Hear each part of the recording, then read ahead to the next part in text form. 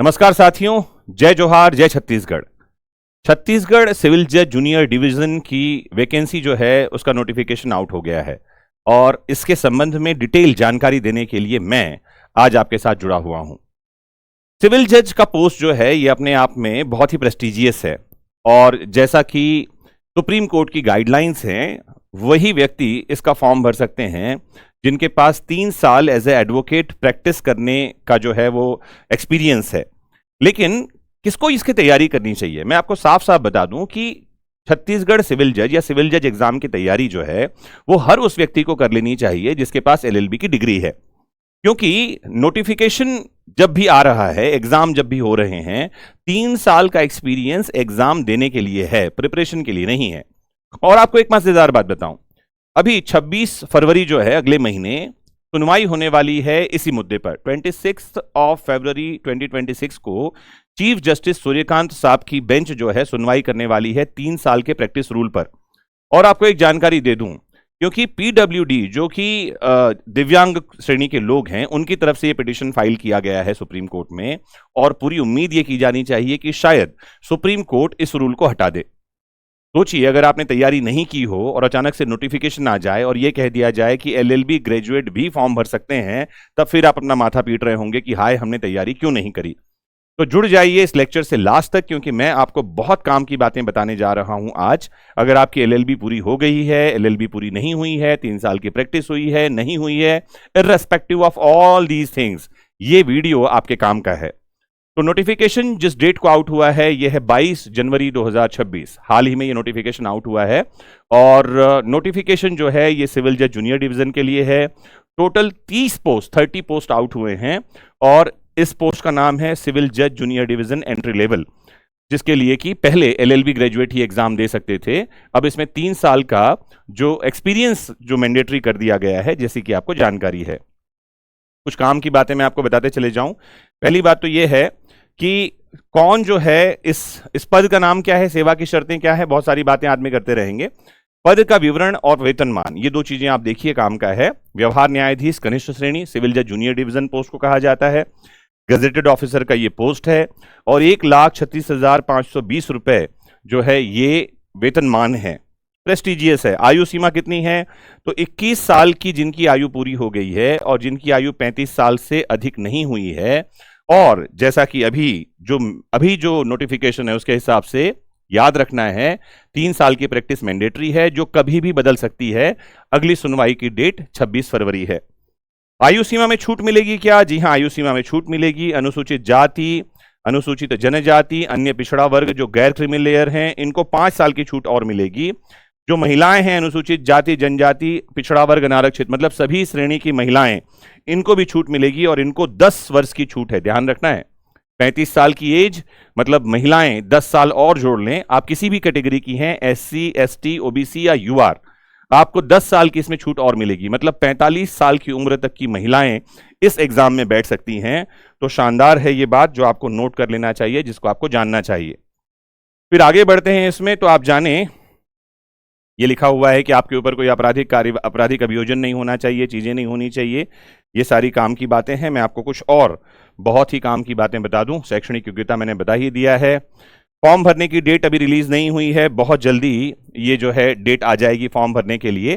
पूरी उम्मीद ये है कि 10 फरवरी जो आने वाली डेट है, तब तक जो सिविल जज का लास्ट जो एग्जाम हुआ था उसकी इंटरव्यू हो जाएगी। 10 से 15 के बीच में इंटरव्यू हो जाना चाहिए। 5-7 दिन का समय लगता है रिजल्ट आने के लिए और जैसे ही रिजल्ट आउट होगा, रिजल्ट आउट होते ही नया डेट आ जाएगा फॉर्म भरने के लिए और वैकेंसी के लिए। मतलब फरवरी लास्ट तक जो है हम उम्मीद करते हैं कि आपको फॉर्म भरने की डेट और वैकेंसी की डेट मिल जाएगी। तो कमर कस लेना है और समझना है आगे कि आप क्या और चीजें काम की आपके लिए हैं, जिनमें से आपका सिलेबस क्या होने वाला है, एग्जाम का पैटर्न क्या होने वाला है। तो एग्जाम का पैटर्न और सिलेबस की जानकारी मैं आपको बहुत संक्षेप में दे दूं।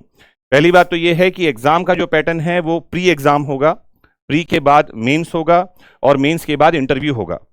तो प्री, मेंस और इंटरव्यू की कहानी हम समझें कि जो प्री एग्जाम होता है उसके सिलेबस में क्या क्या विषय हैं और मेंस एग्जाम में क्या विषय होंगे और इंटरव्यू में क्या कुछ होता है। तो इस एग्जाम के जो सेंटर होते हैं वो होते हैं बिलासपुर, दुर्ग, रायपुर और भिलाई। तो बिलासपुर, दुर्ग, भिलाई और रायपुर जो हैं ये प्री एग्जाम के सेंटर होते हैं।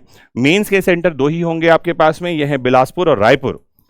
फिर सिलेबस में आप देखें तो प्री एग्जाम के सिलेबस में क्या क्या टॉपिक आएंगे। पहली बात तो यह है कि 100 नंबर का पेपर होगा, 2 घंटे का ही पेपर होता है, पेपर ऑब्जेक्टिव है और आपको जानना यह है कि इसमें कोई माइनस मार्किंग नहीं होती है, बिना माइनस मार्किंग का ये एग्जाम आपका होता है।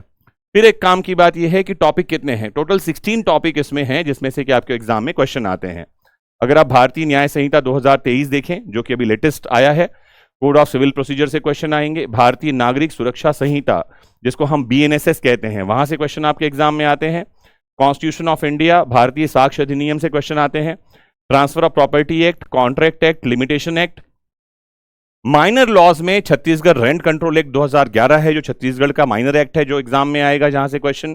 कोर्ट फीस एक्ट है, स्पेसिफिक रिलीफ एक्ट है, रजिस्ट्रेशन एक्ट है, छत्तीसगढ़ लैंड रेवेन्यू कोड है, जो कि आपके एग्जाम के सिलेबस का भाग है। नेगोशिएबल इंस्ट्रूमेंट्स एक्ट है 1881 का, छत्तीसगढ़ एक्साइज एक्ट है, और एक नई बात जो है, जो पिछले एग्जाम में भी जुड़ गई थी, वो है general knowledge of Chhattisgarh, Chhattisgarh का सामान्य ज्ञान।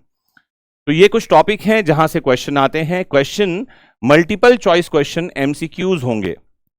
एक क्वेश्चन होंगे, 4 ऑप्शन होंगे, आपको ऑब्जेक्टिव टिक मार्क करना है। और अगर आप मेरिट में आते हैं, 2 घंटे का पेपर है, 100 नंबर का पेपर है, मैंने बताया, कोई माइनस मार्किंग नहीं है।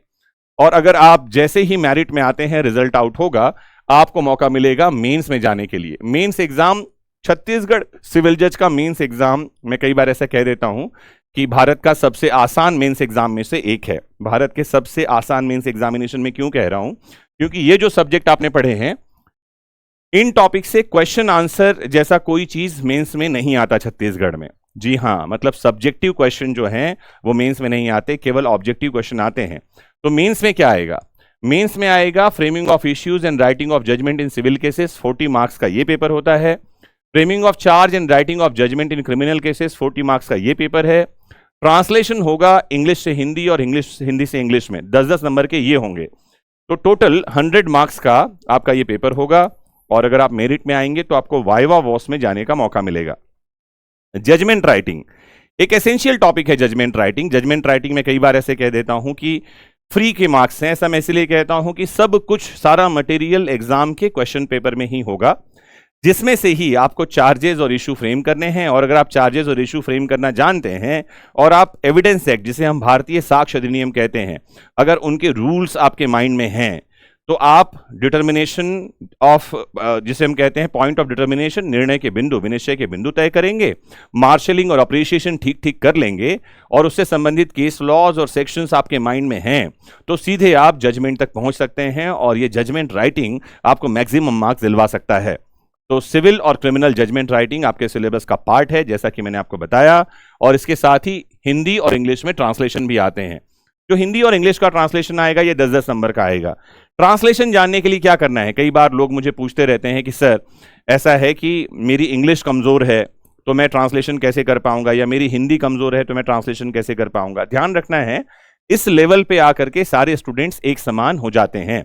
उसका कारण यह है कि जो ट्रांसलेशन है, ट्रांसलेशन करने के लिए आपको ग्रामर की जरूरत तो है, लेकिन उसके पहले आपके पास बेसिक वोकेबलरी होना चाहिए। वोकेबलरी क्या होता है तो मैं आपको बताऊं, हमको लीगल वोकैब चाहिए। लीगल वोकैब, ध्यान रखना है, ये विशुद्ध प्रकृति का होता है। जैसे अगर आप नेगोशिएबल इंस्ट्रूमेंट में नेगोशिएशन शब्द के बारे में बात करें, तो आम बोलचाल में नेगोशिएशन का मतलब होता है मोल भाव, बार्गेनिंग करना जिसे कहते हैं। अगर आप प्राइवेट सेक्टर में कोई इंटरव्यू दे रहे हो, तो वहां आपसे जब पूछा जाता है कि what salary do you expect, तो आप कहते हो इट इज नेगोशिएबल। और नेगोशिएबल का मतलब होता है इसमें बाद में मोल भाव कर लेंगे, ऊपर नीचे होता रहेगा। लेकिन नेगोशिएबल इंस्ट्रूमेंट एक्ट में नेगोशिएशन का मतलब है परक्रामण, और उसकी परिभाषा क्या है? सेक्शन 14 नेगोशिएबल इंस्ट्रूमेंट एक्ट में लिखा हुआ है, transfer of a negotiable instrument from one head to another in such a manner that the transferee becomes holder. जो परक्राम में लिखत है आपका चेक, बिल ऑफ एक्सचेंज और प्रॉमिसरी नोट। चेक को हिंदी में कहते हैं धनादेश, बिल ऑफ एक्सचेंज को कहते हैं विनिमय पत्र, और प्रॉमिसरी नोट होता है वचन पत्र। इन तीनों का एक हाथ से दूसरे हाथ में ऐसा अंतरण कि अंतरीति धारक बन जाए। ये सब शब्द, आपको होल्डर को धारक कहते हैं, ट्रांसफरी को अंतरीति कहते हैं, ट्रांसफर को अंतरण कहते हैं। आपको ये समझना होगा। और बता दूं आपको, ये बहुत टफ नहीं है। करना क्या है मैं बता दूं, आज से ही, अभी से ही आपको बस 10 वर्ड्स हिंदी के और 10 वर्ड्स इंग्लिश के, 10 शब्द हिंदी से इंग्लिश में और 10 शब्द इंग्लिश से हिंदी में। ये आपको रोज याद करते रहना है। अगर आप एक दिन में ऐसे 20 शब्द याद करेंगे तो सोचिए 30 दिन में, एक महीने में आपके पास 600 शब्द होंगे, और एक महीने 12 महीने में आप सोचिए आपके पास लगभग 6000 से ज्यादा शब्द हो जाने वाले हैं। और आपको बता दूं, एक कोई व्यक्ति जो किसी भाषा का ठीक ठाक जानकार होता है, जैसे अगर आपको हिंदी बहुत अच्छी आती है तो 1000 से 1500 शब्द आपको ठीक भाषा का जानकार बना देते हैं। And think you will be having 6000 words those which are the part of legal glossary, ये आपके हाथ में होंगे। So you will be the most prominent person who can speak English fluently. Not only you will be able to speak English, but you will also be able to translate from one language to from one language to the another, Hindi to English and English to Hindi. तो bridge बनाना आना चाहिए आपको, और उसके लिए क्या चाहिए? भाषा की पकड़। ग्रामर सेकेंडरी है, वोकैबुलरी प्राइमरी है। तो ग्रामर तो आप स्कूल लाइफ में सीखते आ रहे हो, 10 तक आपने सीखा ही है, आपके कॉलेज में भी इंग्लिश ग्रामर रहा होगा आपके सिलेबस का पार्ट। आपको बस शब्द फिलहाल सीखने हैं, क्योंकि अगर शब्द नहीं है तो आप ट्रांसलेट कैसे करेंगे, कितना भी ग्रामर आपको आता रहे। तो लीगल टर्म्स आपको सीखने हैं डेली, और यहाँ ये 100 नंबर का पेपर है। जैसे ही आपका सिलेक्शन मेंस में होता है, मेरिट में आप आते हैं, तो ध्यान रखना है, यहाँ साफ साफ लिखा हुआ है 1:3 कैंडिडेट्स जो है, एक पोस्ट के लिए 3 लोगों को इंटरव्यू में बुलाया जाएगा। इसका सीधा सा मतलब यह है कि 30 पोस्ट के लिए 90 लोगों को सिलेक्ट किया जाएगा। हर 3 में से एक व्यक्ति का चयन होगा फाइनली, और आप अपना ड्रीम जॉब, यानी कि जॉब कहना ठीक नहीं होगा, सर्विस ज्यादा अच्छा शब्द है, क्योंकि जब आप जज बनते हैं तो आप एक तरह के पब्लिक सर्वेंट होते हैं, as defined in section 2 subsection 28 of BNS। आप लोक सेवक होंगे और जनता तक न्याय पहुंचाने का काम करेंगे। You will be the part of the pious institution named judiciary. तो छत्तीसगढ़ के लोगों, तैयार हो जाइए। अगर आप लॉ ग्रेजुएट हैं तो, या लॉ कर रहे हैं तो, इसकी तैयारी करने के लिए बहुत जल्दी हम नोटिफिकेशन आने से पहले ही आपके लिए कोर्स लॉन्च करेंगे, जहां हम छत्तीसगढ़ सिविल जज की कंप्लीट तैयारी करवाएंगे, इंक्लूडिंग 16 टॉपिक के कंप्लीट जानकारी, नॉलेज के अलावा आपको जजमेंट राइटिंग और ट्रांसलेशन भी सिखाया जाएगा। तो देर किस बात की है? अगर आप इंटरेस्टेड हैं कि छत्तीसगढ़ सिविल जज का कोर्स आपके लिए लॉन्च किया जाए तो कमेंट बॉक्स में जुड़कर बताइए। और अगर आप छत्तीसगढ़ से मुझे सुन रहे हैं तो जरूर कमेंट बॉक्स में लिख दीजिए जय जोहार। जय जोहार, नमस्कार, जय हिंद।